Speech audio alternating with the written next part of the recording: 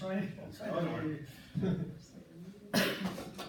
So welcome back. So my topic today is athlete-centered coaching. The reason I've selected this topic is because I've experienced as a player and a coach, and I also want to draw on your experience as players and coaches and then compare it to the research.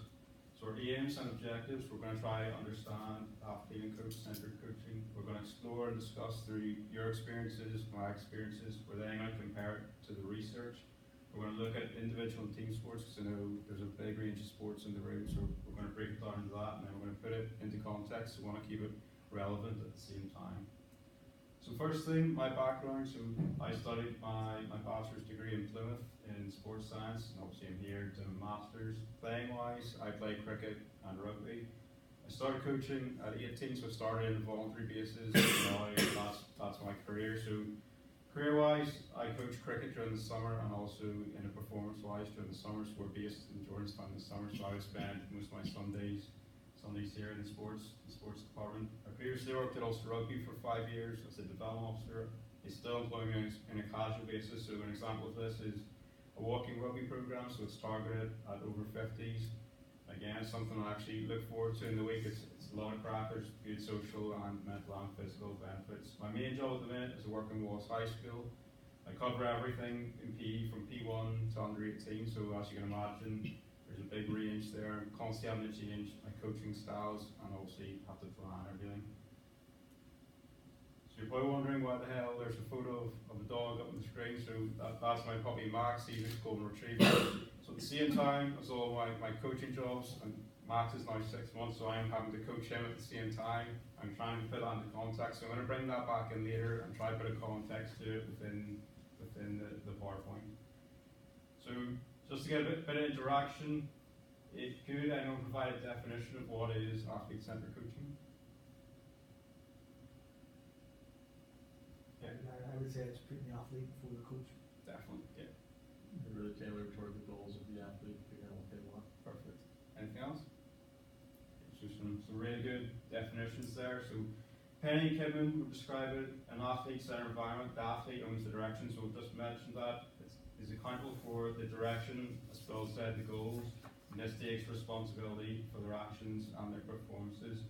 So a couple of key buzzwords from the research. So we're trying to empower the players. They take ownership of their learning and their skills. There's a bit of responsibility. There's an awareness of what's going on. Decision making and problem solving. So this comes in practice and we'll hopefully bring that into the game. So they're going to make their own decisions and they're going to problem solve at the same time. So an example from the photos, so that's Steve Hansen and Ian Foster, they're the New Zealand rugby coaches. So they're big on athlete-centered coaching. And towards the end of the test match week, they let the players take complete control of the training. So everything, there's empowerment, there's ownership. The players lead that. So when it comes to game time, they're not looking to the coaches for what's going on. They know what's happening. They own the game. Moving on, does anyone want to define what coach-centered coaching is? It's all about the coach, not the athlete. Perfect, so that's exactly it. So Becker would describe it as Martin said, so it's all about the coach. So it's coach-centered approach operates in order to control the players. The athlete is positioned as reliant on the coach to facilitate the performance, particularly the competitive performance during competition or a game. So again, from the research, the key buzzwords coming out. It's autocratic, it's directive, it's commanding, it's prescriptive. The players are reliant on the coach. It's very structured. And there's kind of like a winning at all costs mentality. So again, that seems quite negative, but we're going to look at it from both directions, and we'll let you decide which one you think works best for yourself. Again, we've used an example from the NFL, so there's various range of coaches who watching a lot of the documentaries from the NFL. It seems very coach-centered, but again, a bit of context in that. It could be that their job is on the line at the end of the season, so it could be that win at all cost mentality applies to their jobs. So they need to win or qualify for the playoffs. So our first task, we're going to split into two groups. You're going to talk about your own playing and coaching experience, and then in your groups you're going to list down that experience of both coaching and coaches. You can speak in general terms from scenarios, or you can speak from strengths and weaknesses. So we're going to split into our individuals. So Martin, you're going to work with Phil. And Rory, Aaron, and Gavin, you're going to work in a group working on our team sports. So I'm going to give you a couple minutes. If you want to jot down some ideas, then we'll discuss them as a group as well. So all you need is pen and paper. So if you want to find your group, we can get going.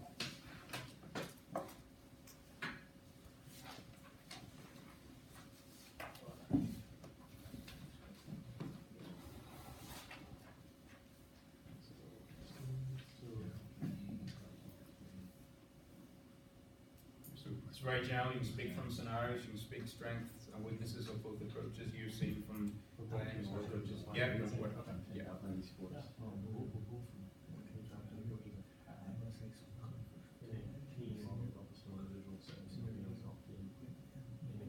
High school, I wouldn't say either was too coach centered, but definitely a more important center coach high school. And I think that is going to be more fun. He knew that his technical expertise on was so far. He knew that his players, sophomore specifically, but he has right down our goals every year, and he was very much about the development of us as student athletes. So he's going to and that was great to play for. He was maybe in some areas too players, but he was good. And then my coaching coach was a pretty good balance. We changed a little bit year to year. I saw my third and fourth years when we were the goals, that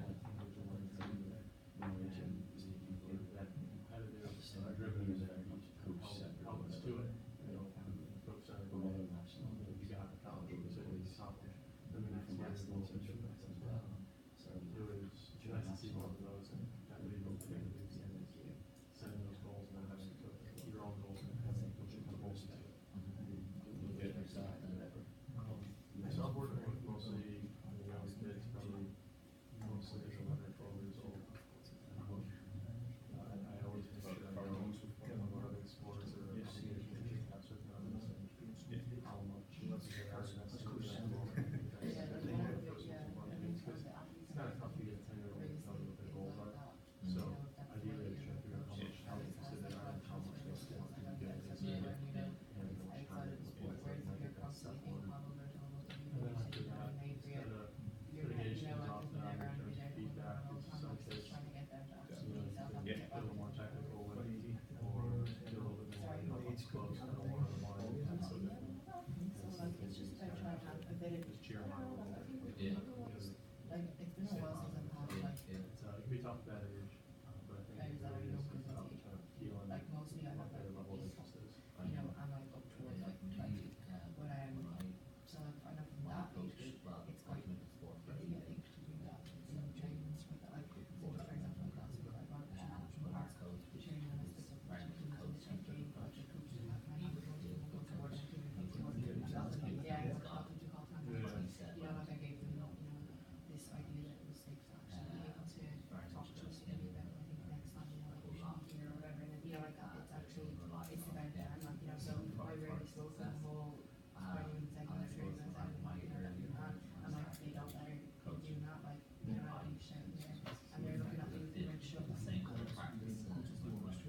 Yeah, But then when I say look at this, but it's to the point where because if you're just like learn more.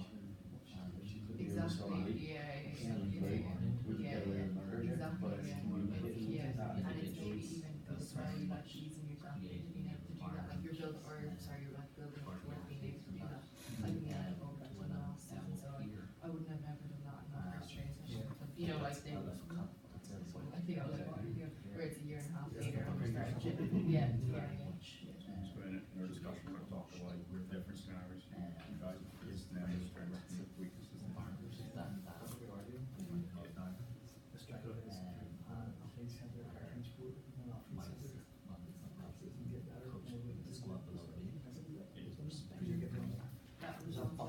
Yeah, you have to know when to push and pull. Yeah. many is against the kind of not already been on the team manager, 15-year-old guys, and some of them quite a lot of them get accomplished, and then that means the ones that are interested in really interested in it.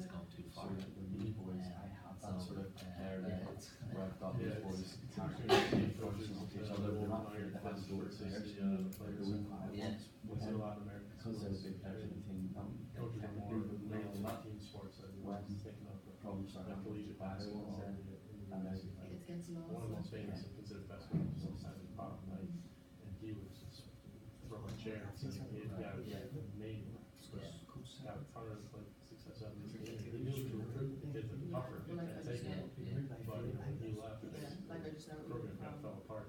So my he sister, was well, everything. 12, she's And then he went under 13, under and coaches, she's Coach K complete that, like, you know, loves fell himself, apart his own sometimes voice, even built like, himself like they candidates he talks to who Richie, are that whole train very session, much it's player first, constantly and telling because of the that, kids, like, where to pass the ball, who to pass it to, like, continue to have look success at once they everything, get and like, stuff my because sister, they like, understand now she's what it's like to obviously, do like, passes she's new and themselves stuff, and set goals all and of a stuff sudden like it was me and my that. brother, And so one of she's the like, things she's that been just around, I followed him I about like 3 what almost, Val like, 4 Hard years, so like, it's his so like, she program, knows so that that's not even having right, one like, of she's those like, player you for should do 1 year something, like, freshman you know, year, I have no and freedom, then I'm not who's in gonna my be it's decision, just like, they he's can't like, well, you anymore want from to straight and out of high it's school constant, and like, they boys year. like nagging him back And to so, kind of rather you just know, be he like basically that, had both right? teams So turning he over is fully and all about the all these coach, best it's the freshmen in same, the country like, we've for a been while, refereed but some of like, the games, and again, it's all about that, like, it's just apparently, you know, more he's from had the some sideline, like, previous it's sit-downs and red, meetings with this, players, players, and you know, coach like, it's just, but he said, he had some You know, really good freshmen. He's in there, he's getting some himself sort up of there. idea. exactly, Even that's more players exactly, or like, it's already how you, who like, you know, They felt like, that they it's failed just the mad. season, they didn't win the national championship, Like, and they red were gold. undefeated till And they then on lost the that same shit side of it, fan of Wisconsin and those Final guys had this, But these those players type that of he was coaches getting had like to players fight specifically battles top for you as five well, in a good way at times. automatically Say, Yeah. say, you know, something on the game, and you need somebody to, and it's not gonna get built, he just just something sat to down with happen Val out. Hard and said he's gonna Not go gonna back go with with it, it, get get some some other other goals, goals, they don't and want not to have a championship. bring it all He said, up "No, together. I'm not gonna come back."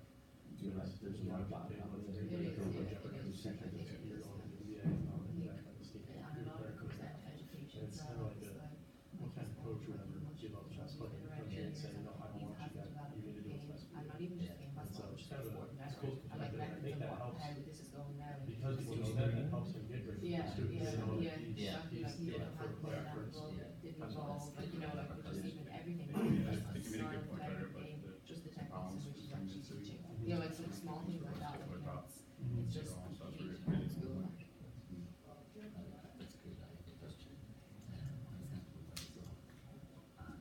Which one? Yeah, that's what it happens. Did you know? But I knew finals and then coaching all the time. I was like, I found it there, it was 30 and 57. I literally had it up there, I was like, thank God, no, cause I was the first time I went for 40, like, as in, like, you're, you know, after steps and kind of, Yeah. you know, like, right now, it's disgusting, like, you know, you can't come from very much, you know, like, you might talk to recognize something and say something, people are saying something, and it's also helping me, you know, when I was like 30, 50, like, you know, Still, you know, still in touch, you know, you say, oh, that's what you leave, you know, like, like, at the end of the day, like, I'm just around here and stuff.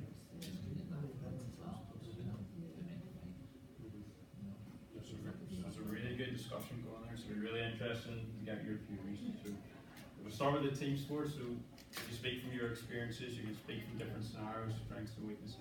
Just anything so you can fire away. I guess what we were kind of saying early doors is, if you're moving into a team, there's a sense of amongst the group and the players, you've got to go in and get that initial respect. Yeah. And if you were to just go and take that athlete-centered approach, they would kind of question and undermine you and think, does this guy actually have a clue of what's going on? So we sort of was discussing that. It was good to go for that coach-centered approach early doors and sell yourself a wee bit, get the players on board, and then naturally with time, you want those players, I guess it goes with self-determination theory, but you want those players to then go and start taking ownership and accountability. And it's about then more focused on how you question, how you lead sections, if you give them the opportunity to go and coach their own sections amongst players, how you question, not just telling them from the sideline or with your coaching points, you're not just telling them. You go into team talk and it's, right guys, what do you think? How do we do better? At the back, split it down into like units or whatever, and then maybe as a coach then at the end, just kind of tie it up together, the findings of that, so they feel they have responsibility. But you made a great point to start there. You have to get to know your team or your athletes before you can switch to either approach. So that's a really good point. Anything else? We were just saying as well, it comes with a risk off the centered approach, it comes with a wee bit of a risk to it, because they can push, kind of, you were saying, you can go off in tangent, you know, and then you're starting to lose control of the session, you know, so there's that balance. But it's Yeah, also but like, worth it. yeah, it's also like understanding that that's going to be applicable or transferable to life outside of sport. Exactly. You know, so it's not you just being dependent on your coach to make decisions for you, Yeah. like, so you can actually take that outside of the sport. Some really good points made there. Anything from the individual side of things, Phil, Martin? Well, we're just reflecting on our own, we started with our own personal experience from when we were athletes ourselves, and I know from my own point of view, I went into a situation where, you know, I was very late going into the sport anyway, but the coach was the God. That's what he was referred to as God. He was the Olympic coach, his national coach. He was, you know, he produced Olympians as well himself, and so everything was about him. And when I started coaching first, I did the same. Not that, because it was more from not knowing any different, and that it was learning more about the development of the person as opposed to the athlete, and making a flip around in that. And then what I've actually found is that my approach to that, by coming up here to Northern Ireland, is actually out of sync. That it's very much an aggressive coach, dominating, as opposed to an athlete empowerment that is expected in the environment. Do you think coach education has anything to do with that? No, I think it's a parent education more so than the coach education. The parents want that, and it's almost perceived as being weak. Yeah. I'll just give the example of another coach within the club, that he would absolutely cut either an athlete or a parent in two. You know, he literally cut a parent in two for coming down on the goal side to talk to a coach during the session there. Whereas I'd be more, what do you want? Yeah, kind of thing. Yeah, just the overarching thing within golf, I suppose a lot of individual sports would be like the importance of goal setting, and then the coach made like the spot for the coach to be firm is holding a player to the goals that they set for themselves, and that's what I found within golf, especially you know, being an individual sport. Even when you have a team, you're not. I mean, there are certain scenarios where you would be, but you're still usually just playing your own ball. You're playing by yourself. You're not interacting with teammates. And so individual success directly translates to the team success. It's not like you're actually detracting from somebody else. It's not like a sport where you have one ball to share with everybody. So I found that whether it was me being coached or me being coached, it seems to be most effective when the player establishes what their goals are, what they want, and then the coach holds them to that. Yeah, I think you made a really good point earlier on about getting a balance between the two, and then Rory's point about potentially you have to get to know your group or your athletes before you can consider which coach is best. So some really good views there from your experiences. That's really important. We're then going to compare that to the research, and then we'll move into a few more tasks. So there's a really good discussion there from the research. So there's lots of research on athlete-centered and coach-centered. So we've kind of broken into 4 main parts of what's come through in the research. So the holistic approach, I think Martin, you mentioned this, about looking at the whole athlete, so the physical, the social, the mental, the well-being. Thriving is quite a recent one, so we're looking at the growth of the person, their individual needs, the growth of the athlete. I think to add on to that, we also need the growth of the coach. So if the coach improves their skills, then that's going to benefit the athlete as well. So it's not just one or the other, both would have to get in there. So culture is another big one. Big example of culture seems to be New Zealand rugby. So they put a high emphasis on culture, and they think that leads to a lot of their success. You could even put that in the context maybe in some football teams. So I know Martin and Gavin, I know you're big Man United fans. So you could say after Sir Alex Ferguson that maybe the 3 managers since haven't understood the culture of Man United, where attacking football seems to be the winner. They seem to have went to defensive football and they've hadn't had that success. So maybe you have to understand the culture of where you are, the club or the players. They want to develop thinking players, so regardless if you're coach-centered or athlete-centered, we want the players to think for themselves at times. We want them to problem solve, we want them to make their own decisions. There is a lot of benefits to coach-centered as well, so we're not just going to push athlete-centered. I think, as Phil said, there's a good balance between the both. So coach-centered, so technique, so when you're coaching technique, you're going to, I think you mentioned worry about communication, so sometimes you're going to be direct, it's going to be a lot of coach-fed during technical sessions. Information again goes with the communication again, direct information, the knowledge of the coach, how we get that across. Sometimes depending on the context of the players, that has to come direct from the coach. Success, so elite sport, it is win at all costs at times, so jobs from the line, coach-centered approach may be the way to go for some of the coaches because they feel they could be sacked or fired at the end of the season. So that win at all cost mentality is something we're going to discuss later on.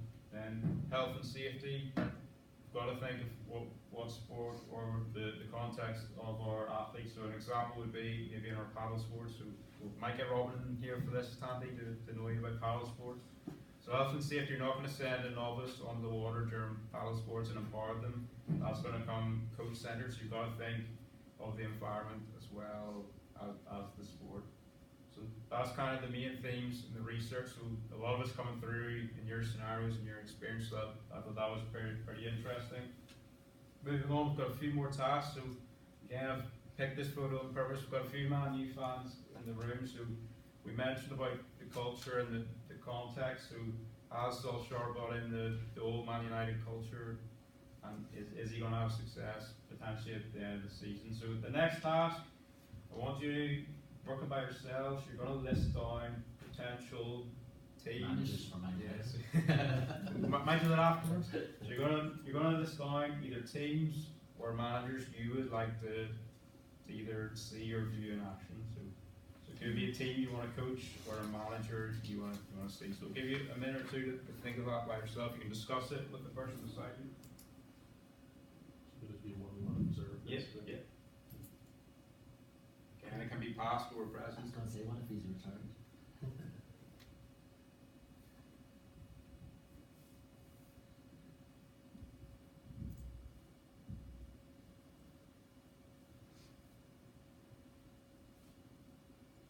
Yeah, and once you have that, you discuss with the person beside you.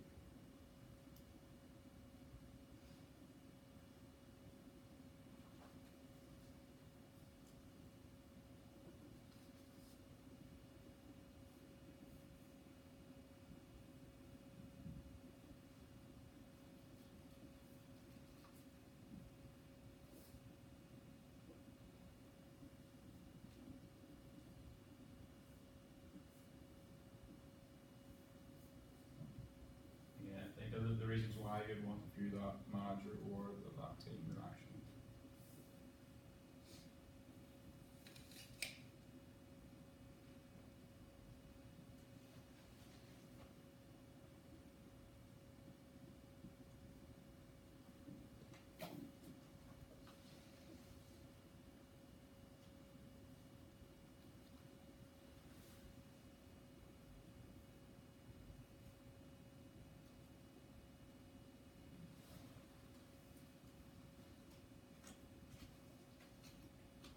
Did everyone have a good think of that?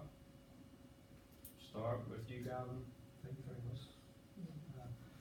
Presently, no, I put down Klopp. Probably would have went for Fergie, but Klopp's transformed Liverpool. Yeah. And they're probably actually easily, they've been for 20 years. And what I put down beside him here, actually like the way he gets on, I wish one night I had got him. But I wrote down, he displays passion, hunger, determination. He's very clinical, you're not good enough. You're the team, he went and got a centre back in place as goalkeeper. He brought in, he looks likeable, and any injury, he's straight over. Yeah. There's no Nelson about him. So I would like to see, he achieved that, and he also done it with Dortmund as well, brought him from being nothing to winning the league. Sweet. So obviously doing something right, you can carry that across Yeah. two different clubs. For yourself there.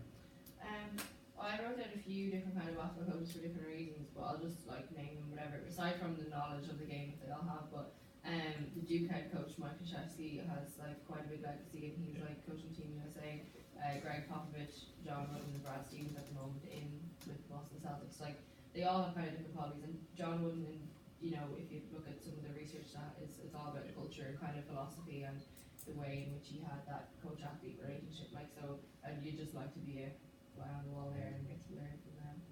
Read a few John Wooden's books about his coaching environments, pretty That's interesting. really good. And for you, I had quite a few kind of standouts, I guess, would be Eddie Howe, the Bournemouth manager, where he's taken them from, how he's done that, and does he think he's going to make it to the next step? Because England managers, I guess, especially being in charge of Bournemouth, he's got a bit of a reputation of, well, we'll just get another foreign proven talent ahead of him. So where he thinks he is in that stature of coaches in the world and stuff like that, I think it would be good to pick his brain. As well as Michael O'Neill, then what he's done with Northern Ireland. especially on such a low player base and budget. And then you look at the likes, he's now bringing up these boys like, who was it, Jones you call him? Is it Jones? Or no, Gavin White, young kid coming from the West who, wants to play. You know, had options, like Peacock Farrell as well, the goalkeeper, had options to go, he's playing Leeds, you know, he could be somewhere in the English line, but they want to come and play for him now. So he's doing something right, basically, you know. Some really good points there. A few different ones. One of them is Coach Greg Popovich of the San Antonio Spurs in the NBA, because no matter who he seems to have on his roster, he always seems to have a 50-win season out of 82 games, which is pretty remarkable. I think they had the longest streak in NBA history of 50 wins. And he's a very player-centered coach, which is known that it seems like he has more respect from other teams and players than any other coach in the NBA. As far as golf, the two probably most prominent swing coaches in the world, one of them European, one of them American. Pete Cowan is the European one. He teaches somewhere in the UK, but he is the swing instructor for like half of the European Ryder Cup team, and all of those guys have completely different body types and swings, and so it's not like he's teaching them one formula. It makes it work for all of them. And then Butch Harmon in the U.S., he teaches a lot of the best. He taught Tiger Woods for a long time. But a quote that I love is he's like, or I forget exactly how he said it, but he said he doesn't work on correcting the weaknesses of the player's swing. He takes what they do well and make it better. And so just kind of work with the template they already have. But the most interesting coach to me, even though I'm not a fan of the team at all, is the New England Patriots in the NFL, Coach Bill Belichick. And the reason that it's so interesting beyond the fact that they've been crazy successful for the last 20 or 18 years or so, is they're notorious for getting talented players who seem to be troublemakers and lose their way, and get them on the team, and all of a sudden they never have any missteps in behavior ever again. And so it's like he has like, it seems like he'd be an iron fist coach or something who just has a clamp on everything, but the players all like him, and you never hear of anything he does that's rude. He doesn't have outbursts. He's really monotone, but somehow he just ensures that all the players are behaved in line and don't get in any trouble and are disciplined when they play. It'd be really interesting to see his methods and all how you do that for yourself. I had 4 for different reasons. I'd have Fergie, I wouldn't have that clock out. Very retired now. Doesn't matter. A reason being is that when he went into Man United, it was a club in disarray. He had to deal with a drinking culture and how he weeded them out, and how, 6 years later his job was on the line, bar an FA Cup win, and then how he developed those players within the culture as well. That was already there. A guy called Bob Bowman, who coached Michael Phelps, to deal with an athlete like Michael Phelps. Only now, when Phelps is finished, do we realise that they actually travelled on separate planes. They absolutely hated each other. They've since come back together and learned to actually get over it. But there was a period of time that they worked with each other, but it was really fractious. Then Joe Schmidt and how I think it'd be really good to be there during the World Cup and seeing. I think we're going to it, but it's seeing how he actually adapts to certain things under pressure during that tournament. And then finally, with golf, an ordinary golfer, in my mind, who turned into probably the best coach in the world ever, Paul McGinley, and how his attention to detail for the European Ryder Cup team, he was an average golfer, average pro golfer. He didn't win a major like that, but he was at such a, I think if you ask any of the pros, even like they'll go, oh, he hit that, what he just did there for that 2-year period or whatever, and his attention to detail was just phenomenal, and how he went about developing that thought process. Yeah, it's really interesting points. So really good to get your experience. We're now going to move on to individual sports. This time, I want you to pick one individual athlete you think you'd love to coach, and your reason why. You've got them.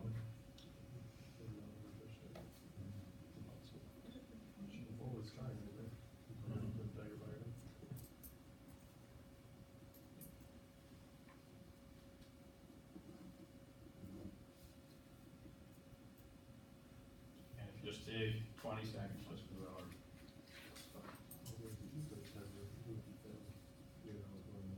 Yeah. So,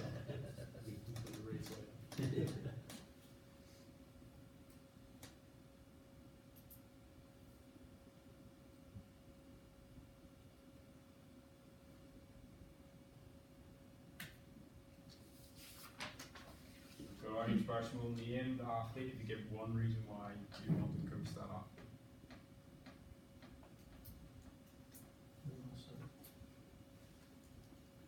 You'll start us off again, Gavin. Okay, I picked Joe Kosaki, Welsh boxer, undefeated. I think he was world champion over 10 years. Just how to get motivation to do that. He actually built his own gym in Wales. His dad was his coach, but to go that length of time, undefeated.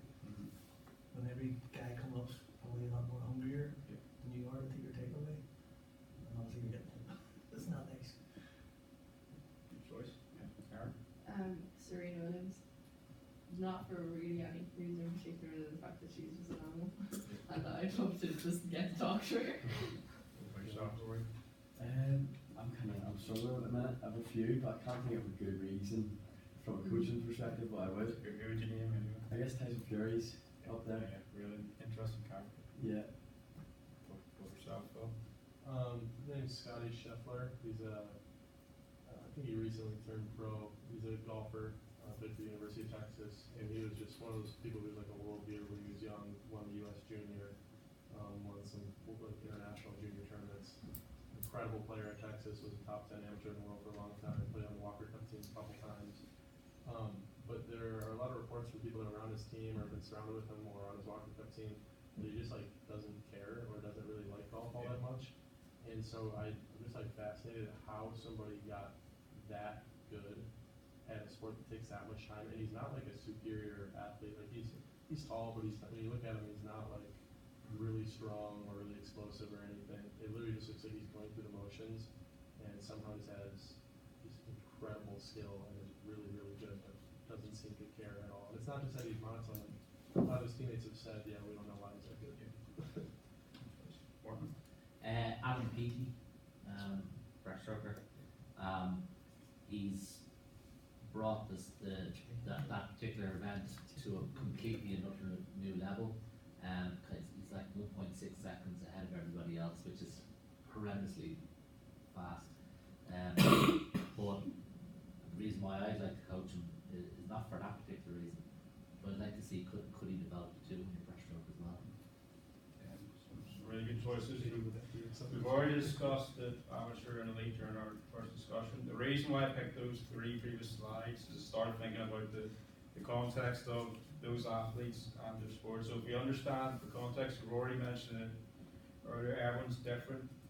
It's really important, and everyone learns in different ways. So we can't just go straight in with that athlete-centered approach if we don't know who we're coaching. So it may take a while to get to know our athletes. So the context is important. So if I bring back my dog into the story, so when I'm coaching Max, I can't empower Max, because if I give him sole control, he's probably going to destroy the house. So to start off with, I go with the coach-centered approach, and then we may mix and match, but again, so that's going to be relevant to our sports. As Rory mentioned in our discussion earlier, you've got to get to know your athletes, and then you can decide which approach you want to take. So in conclusion, you've got to understand the coaching process. There's more factors at work. Really important point, there's no one way to do things. Phil, you made a really good point earlier about getting the balance between the two, and we keep going back to Rory's point, but we've got to get to know our athletes. So context is big, just spoke about it, and then experience of our coaches. So the more coaching we do, the more experience we get, and we can use that whole coaching process. So again, thanks for your time. The discussion there was really, really good. Any further questions? Thank you.